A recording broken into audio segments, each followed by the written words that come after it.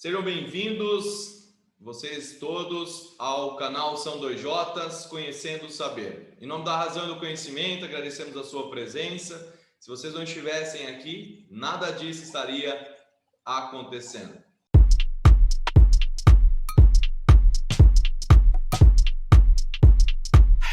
Hoje, com alegria, nós recebemos aqui, nos estúdios do canal São Dois Jotas, de forma remota, o professor, psicanalista, psicólogo, Rogério Tadeu. Rogério, uma alegria estar com você aqui. Agradecer muito o seu convite. Tenho certeza que vai ser um bate-papo bem interessante e de bastante conhecimento também. Se você quiser se apresentar, Rogério, fique à vontade.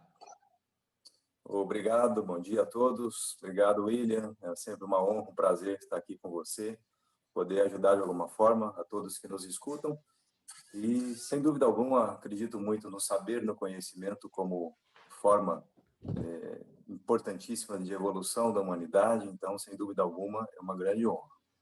Bom, eu tenho uma formação inicial em psicologia há mais de 20 anos e como psicoterapeuta, como psicanalista, toda a minha atividade clínica de trabalho sempre foi concentrada na parte clínica, com atendimento de crianças, adolescentes, adultos, casais, famílias. Então, uma diversidade muito grande de atendimento ao sofrimento psíquico, ao sofrimento humano. E também, paralelamente, com a atividade de docência na graduação, na pós-graduação, nas áreas de psicanálise, psicopatologias, nas áreas de interface com os transtornos mentais, psiquiatria, que é uma área médica, psicologia. Então, nesses 20 e poucos anos já tentando ajudar o sofrimento humano, a angústia, que é o tema que nós vamos tratar hoje aqui. E também, ao longo de todo esse tempo, como você sabe também, o trabalho mais intenso com as palestras, conferências, com ajuda, no sentido de uma educação voltada à saúde mental. E agora, recentemente, já com uma graduação em medicina, tentando integrar esses dois campos do saber que sempre me fascinaram, que é o entendimento da mente humana, a relação entre mente e corpo, e é o que eu vou buscar integrar e tentar ajudar vocês de alguma forma. Muito bem. Rogério, nós linkamos aqui como tema da nossa conversa angústia e transformação, certo? Sim. Então, para começar, de forma prefacial, só uma pergunta, antes de iniciar com o tema propriamente. Quando a gente fala psicólogo e psicanalista, a gente está falando da mesma coisa ou são coisas diferentes? Então, a psicologia é uma área de formação, de graduação, né? Existe um curso de psicologia, propriamente dito, assim como outras áreas, a medicina, o direito, enfim, né? A pedagogia, a matemática, enfim, são formações científicas relacionadas aí a uma graduação. A psicanálise é uma orientação, é uma abordagem, é um campo de saber que não passa necessariamente por uma graduação. Você não tem um certificado e uma conclusão de curso para se tornar um psicanalista, mas você tem para ser psicólogo, para ser médico, enfim. Você pode, depois de uma graduação de psicologia, optar por uma formação psicanalítica. E aí se torna um psicanalista. E essa formação se dá a partir de 3 grandes critérios: a própria análise pessoal, ou seja, você submeter um processo de análise com outro analista ou psicanalista, a supervisão dos casos clínicos, que isso inclui estudos teóricos, e os estudos, na verdade, contínuos, com grupos de colegas que vão te dar um certo aval, no sentido que você se torna psicanalista. Ou seja, é um percurso, é uma trajetória longa e que não passa necessariamente por uma regulamentação, no sentido do MEC, por exemplo, em termos de graduação. Então, ela é uma formação específica que ocorre fora dos muros institucionais. Legal. Então, é uma formação árdua, né, para o resto da vida. Valeu. Obrigado, Rogério. Bom? Rogério, como que a gente pode entender o que qual a referência, quais como que eu percebo tudo que gira em torno dessa palavra que vai ser o centro aqui da nossa conversa, que é angústia. Como que a gente pode entender a angústia? Como que a gente pode, que a gente percebe, estou sentindo é angústia. Enfim, nos coloque aí a par, como que a gente pode entender a palavra angústia mesmo. Tá. Primeira coisa importante, assim, para até que a gente tenha uma definição, angústia, eu vou trazendo aqui duas reflexões, dois pontos de partida. A primeira é a própria psicanálise, com o pensamento de Freud, que foi o pai da psicanálise. Freud foi um médico neurologista, que há mais de um século atrás, não foi a invenção do termo angústia propriamente dita dele, mas ele se refere a um estado de impotência diante de um perigo interno ou externo. Então, todo o perigo, toda a sensação de perigo que nos ameaça, só que não tem um conhecimento a priori, ou seja, um objeto definido, por exemplo, angústia é esse estado de impotência que eu não sei direito de onde vem e do que realmente eu tenho medo. Então, angústia está relacionado muito com o medo, mas não é um medo específico de um objeto definido, por exemplo. Tá? Medo de barata, medo de determinada objeto que seja específico. Então, a angústia é um afeto, vamos dizer assim, muito difuso, emaranhado, ofuscado, que a gente não sabe ao certo de onde vem. Por isso a sensação, às vezes, a sensação orgânica, inclusive somática, de aperto no peito, falta de ar, que vem acompanhado, às vezes, com sintomas físicos, e a gente não sabe ao certo do que a gente tem angústia. Ou seja, por que eu estou angustiado?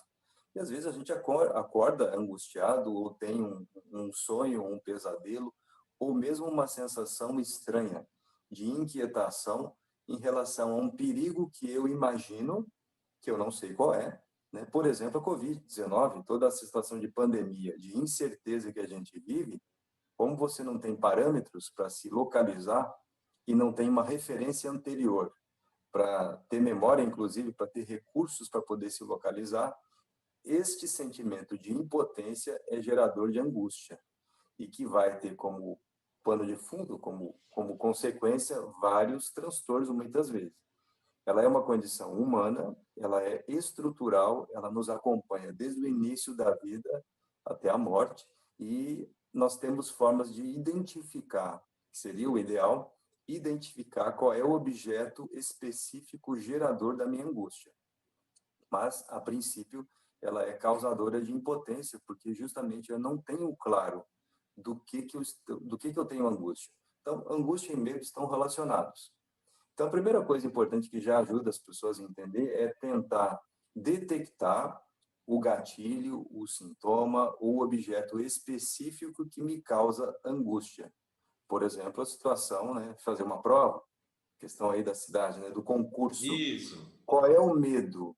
Né? Eu tenho uma angústia do quê? Então, você tem que tentar localizar qual é a fonte geradora dessa angústia. Ou seja, o que está por trás é um medo. Medo do quê? Expectativa, mas do quê? Né? Em relação a ser avaliado, o que cada pessoa sente ao ser avaliada? Né? Qual o resultado? Ela pensa na performance que ela vai ter ou alcançar um determinado resultado. Então, o primeiro passo é tentar identificar a origem desta angústia. Não existe melhor forma disso do que falando. Por isso, a psicanálise foi entendida como a cura pela fala. Não cura no sentido médico, né, de uma doença específica, mas cura no sentido em que, à medida que a gente vai falando sobre a nossa angústia, mesmo que a gente não tenha claro a origem dela, no momento que você começa a falar e endereçar esta angústia para um interlocutor que te escuta, no caso, um psicólogo, um psicanalista, um terapeuta, não só eles, né, mas a família, amigos, que alguém que possa te escutar, você coloca essa angústia, diminuindo ela na medida do possível e tentando localizar a origem dela. Nem sempre é fácil, mas um veículo fundamental, um caminho interessante para a angústia é poder falar para que ela possa ser amenizada e transformar ela, na medida do possível, olha que interessante, aquilo que é indefinido em algo mais definido. vou fazer uma brincadeira, uma relação, mas ela tem importância. Transformar uma angústia que tem um medo indefinido, do qual eu não sei, para um medo que seja localizável. Então, o que uma terapia faz? Ela tenta dar nome aos seus sentimentos. Isso ajuda a organizar a cabeça, organiza os pensamentos, porque agora você entende por que você está angustiado. E, às vezes, a origem da angústia está lá atrás, numa situação de impotência que você viveu quando era criança. E que uma situação futura desperta o mesmo afeto, o mesmo sentimento que está lá atrás, no passado. Só que a gente não tem consciência disso. Então, basicamente, a angústia é um afeto indeterminado. Ela é confusa. Por isso, a gente precisa, na medida do possível, sempre dar nome ao que a gente está sentindo. Eu estou com medo, eu estou com raiva, eu estou triste por isso, por isso, por isso. Quanto mais recursos a gente poder usar por meio da palavra, por meio da escrita, por meio da expressão, e nomear um afeto, nomear um sentimento, isso tem uma importância fundamental. Até porque nós somos seres simbólicos, nós precisamos de símbolos para ter uma referência em relação àquilo que a gente está sentindo. Ô, Rogério, eu imagino que a angústia ela deva interferir no desempenho, por exemplo, numa prova de concurso, igual eu comentei com você nos bastidores, que aqui nós estamos na cidade de Grandes Rios, no Paraná, e hoje é vésperas do concurso. Então, essa angústia ela pode interferir no desempenho não só de alguém que vai fazer uma prova de concurso, mas um vestibular. Eu imagino que nos exames de teste para tirar CNH, as pessoas levam essa angústia e às vezes interferem. Imagino que vai até ao encontro do nosso tema aqui, que é a angústia e a transformação. Como que você... Quais seriam suas dicas? Qual o caminho que você indicaria para alguma pessoa que acredita que está sentindo essa angústia e que vai, de repente, ela está presente na hora da realização dos testes, do concurso, do vestibular, enfim, na vida como um todo? O que fazer? Tomar um copo d'água, por exemplo? O que fazer? O que você nos sugeria aí? Bom, como você me conhece, como você já me conhece, sabe que nós temos receita simplista, né? E dicas específicas assim para o mal-estar geral e o sofrimento das pessoas. Até como psicanalista, a gente acredita que não tem respostas prontas, mas a gente ajuda as pessoas a encontrar suas próprias respostas dentro da sua própria realidade. Então, a primeira, não dica, mas a primeira condição fundamental para a gente se dar conta é perceber esta angústia.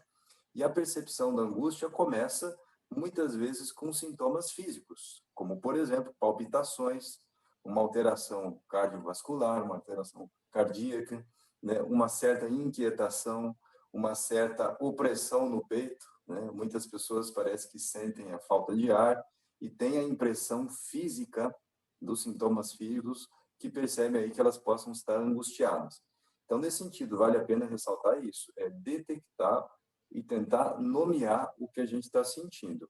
Muito importante nessa hora, já é a primeira condição, a primeira orientação, que a pessoa, após detectar que ela está angustiada, ela converse com alguém e que possa ter alguém que possa escutá-la. Não precisa ser um profissional da área de saúde mental, né? A não ser que essa angústia se torne catastrófica, intensa, duradoura e que comece a gerar transtornos, como, por exemplo, a pessoa não consegue dormir mais, né? Cria uma expectativa e tenta imaginar que o resultado seja o pior possível, catastrófico, ou seja, sofre por antecedência e tem prejuízos de sono, prejuízos de alimentação, né? Vai tendo problemas somáticos, ou seja, a pessoa começa a somatizar com quadros gastrointestinais, alterações de pele. Então, nesses casos, quando existe uma angústia que vai gerando transtornos, então, 2 critérios são importantes, duração e intensidade. Quanto mais dura esse nível de angústia e mais intensa é, ela vai gerando mais transtornos. Então, esse é um critério para a gente aprender, a pessoa detectar que é hora de buscar ajuda. Mas a primeira condição, orientação, seria essa. Identificar o porquê, tentando, na medida possível, identificar o porquê desta angústia, qual é o medo que está por trás, né? Então, angústia e medo caminham na mesma direção. Qual é o meu maior medo? Qual é o medo que me faz ter angústia frente a essa situação? Um concurso, por exemplo. O que é a prova? O que determina essa prova? O resultado dela. Então, muitas pessoas que às vezes têm muita dificuldade de sobrevivência, tem muitos valores, muitas coisas envolvidas em relação a uma avaliação que se vai prestar, a um concurso. Não, muitas vezes não é um medo específico da prova em si, mas o que significa esta prova para esta pessoa em particular no contexto que ela vive. Então, cria uma amplitude muito maior e que vai gerando um grau maior de angústia. Então, seria importante que esta pessoa pudesse encontrar alguém para poder falar, ser escutada, sem ser julgada, sem ter uma atitude preconceituosa, porque isso por si só já baixa esse nível de angústia no momento em que ela consegue detectar. Mas vale, e aí no senso comum, vale água com açúcar, vale, às vezes, uma medicação ansiolítica, um remédio, um calmante que possa ser prescrita por um médico, né? Vale todos os subterfúgios, recursos que a pessoa possa ter. Mas, sem dúvida alguma, eu, aí trazendo para o meu lado, como psicanalista, a escuta tem um papel fundamental para que ela possa ser diminuída e a pessoa encontre alguns recursos para lidar com isso. Legal. Eu acho que, com base no que você disse, eu acho que aqui o outro vai ser bastante importante, né? Às Sem vezes, dúvida. aquilo que é o seu, compartilhando com o outro, então a importância do outro nesse processo de lidar com essa angústia, seja uma pré-vestibular, um pré-concurso, enfim, ou um outro tipo de angústia, né? Rogério, estamos caminhando aí para um momento final da nossa conversa, um bate-papo bem rápido.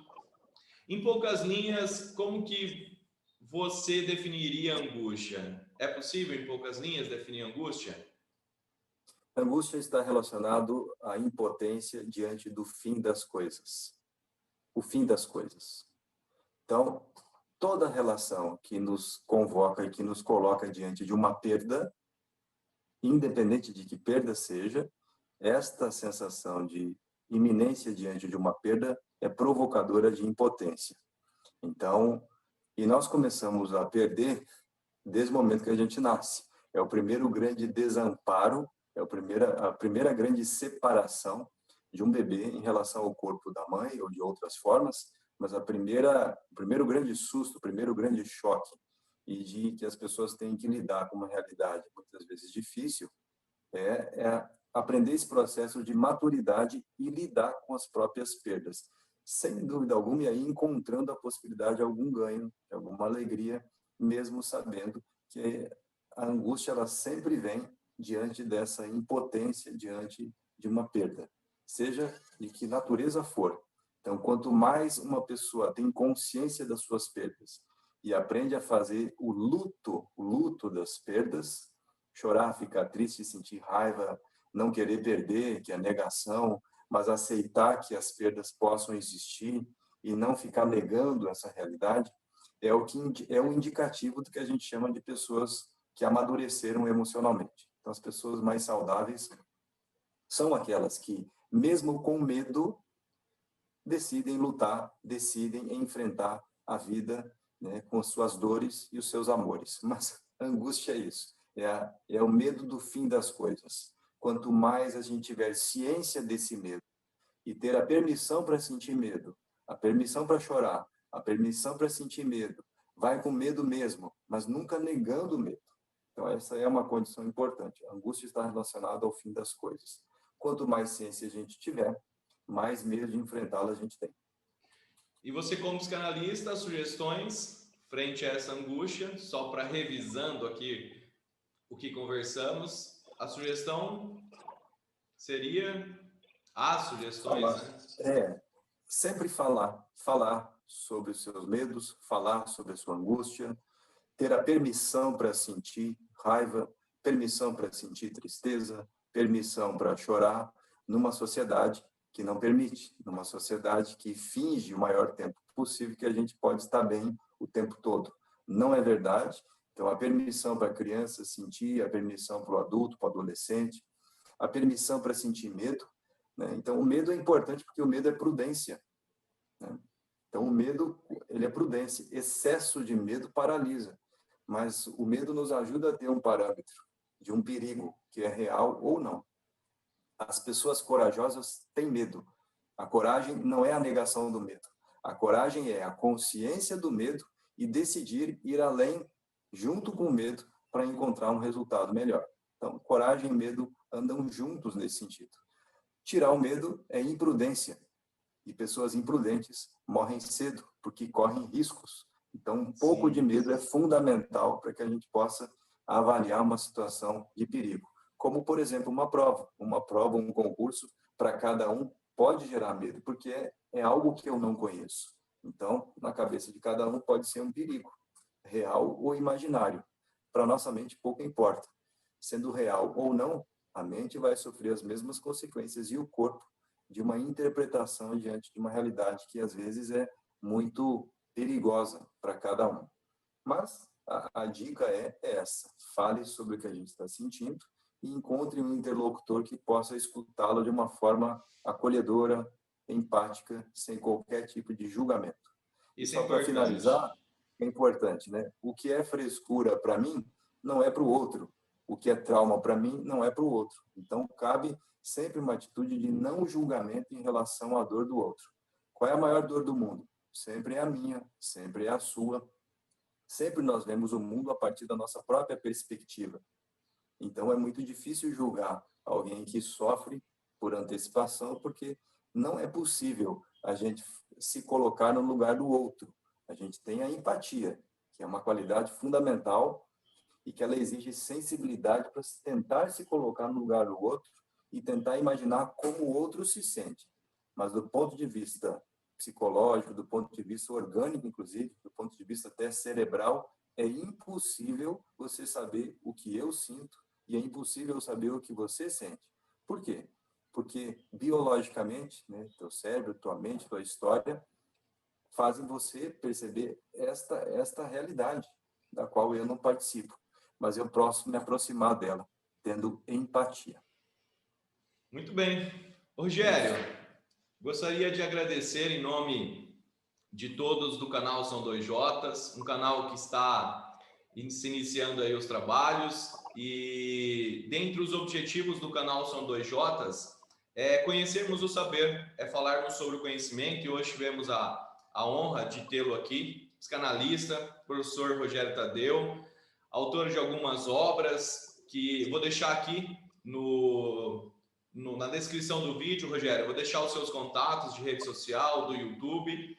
E aí, tá bom. Obrigado. Novamente, agradecer aqui, sinalizar nossa alegria em recebê-lo aqui nos estúdios, mesmo que de forma remota, do canal São Dois Jotas. Muito obrigado, tá, Rogério? Obrigado, William. A honra estar aqui. Conta comigo. Um abraço a todos. Valeu. Tchau, Rogério. Até mais.